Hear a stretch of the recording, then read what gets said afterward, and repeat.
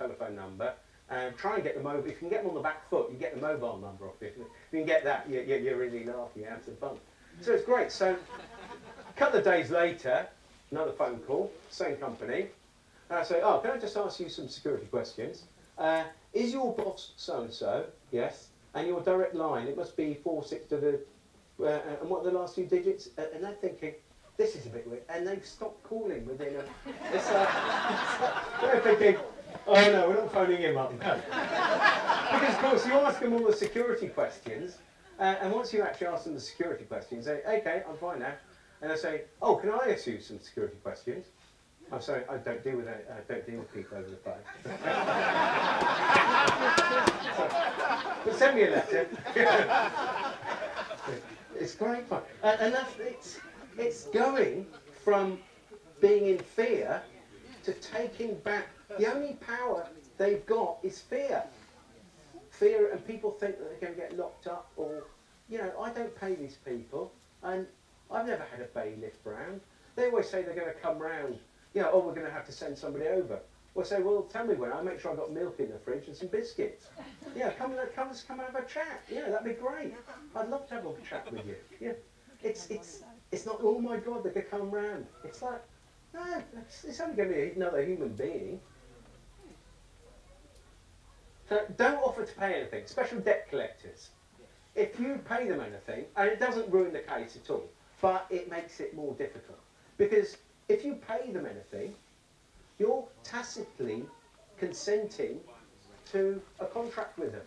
Because if you came round, if I owed you money and I actually said, look, here's a quid, and go away, and they say, well, hang on, you've just consented to, you know, tacitly, that's, you know, by offering, you know, you've actually agreed that you owe them something. Yeah? But what if you paid some money back over a few months and then you want to stop kind of thing? I just stop.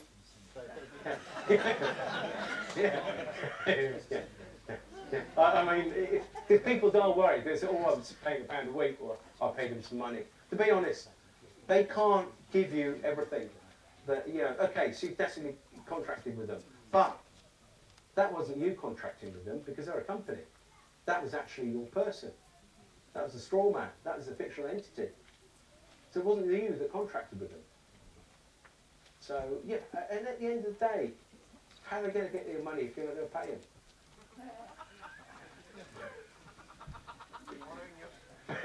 them? Great, I love it. Okay. And as I say, don't get worried, scared, or intimidated. That is their power. That is the only power they have over us. It's an illusion, isn't it?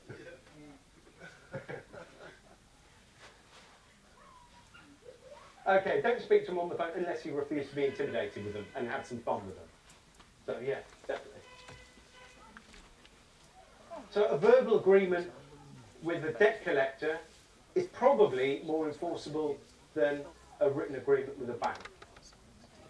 So because you've tacitly consented. But as I say, don't worry about it. If you do, you know, if you've given them £1 a week, I had one where they started paying £1 a week, and I just forgot to, go to the post office and giving them a postal order for £1 every week. And I just couldn't be bothered, to be honest.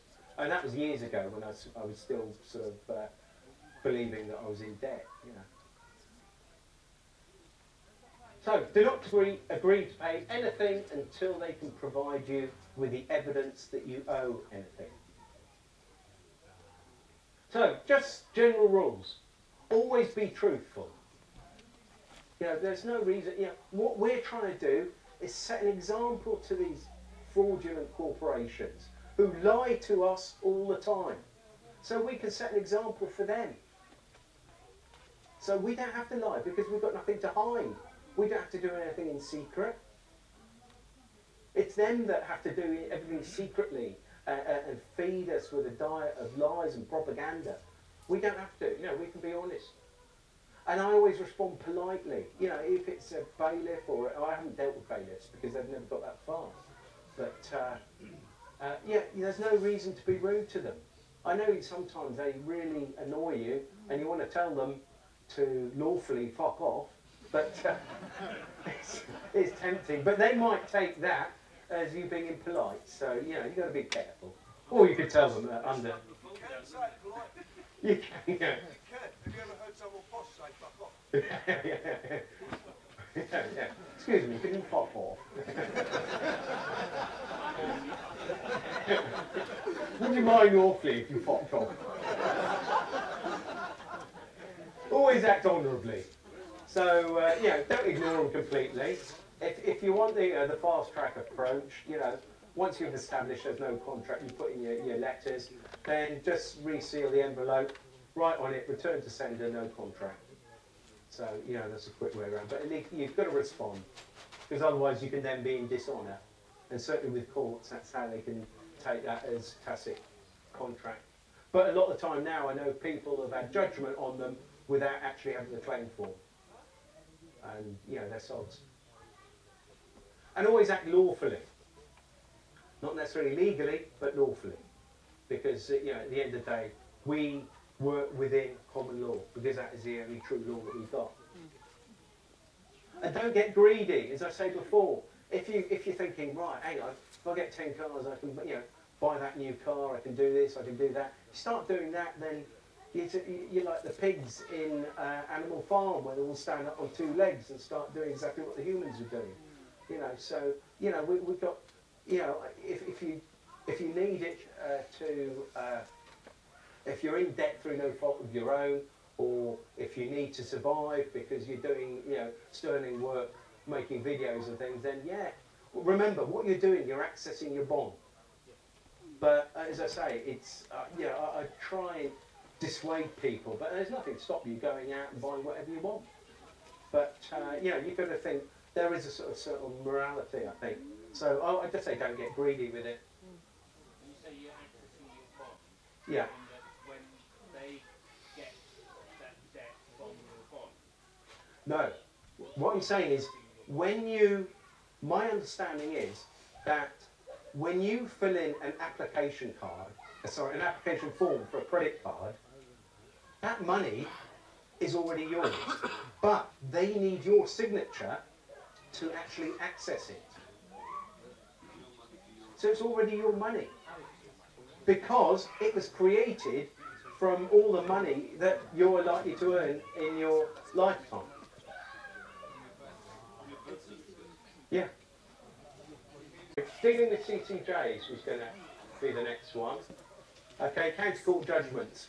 Out of all the credit cards and loans and bank accounts that I've done, which have been quite a few now, and a lot of the letters are on the site that I've actually had from a lot of these banks and things. So I've tried this. I've only had one company actually took me, or actually started a CCJ claim on me. Only one. And that's one that I totally ignored. And at the time, I had a totally clean credit reference, because I'd cleaned it up from a few years previously. So what I'd done, and to clean up your credit rating, it's easy. You just behave yourself for a little while, pay everything on time, and start, open a new bank account, behave yourself, then they give you a credit card. These people are greedy.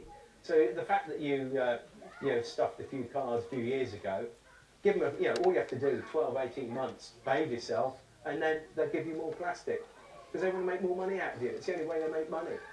So, but this one company actually gave me a CCJ claim, and it was because I hadn't actually got back to them. I just ignored them, because half the time, to be honest, I can't be bothered to send out the letters, so I ignored them and suddenly get the CCJ claim. So I thought, right, this is time to actually go into action. So they send you this claim form, and this is County Court Bulk Centre, and it gives you the particulars of the claim, and it said my name there.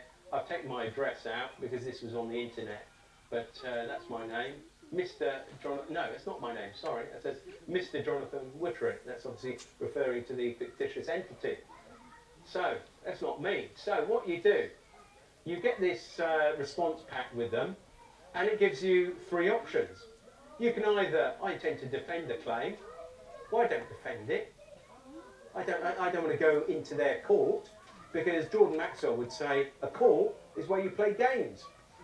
You've got 2 people trying to bounce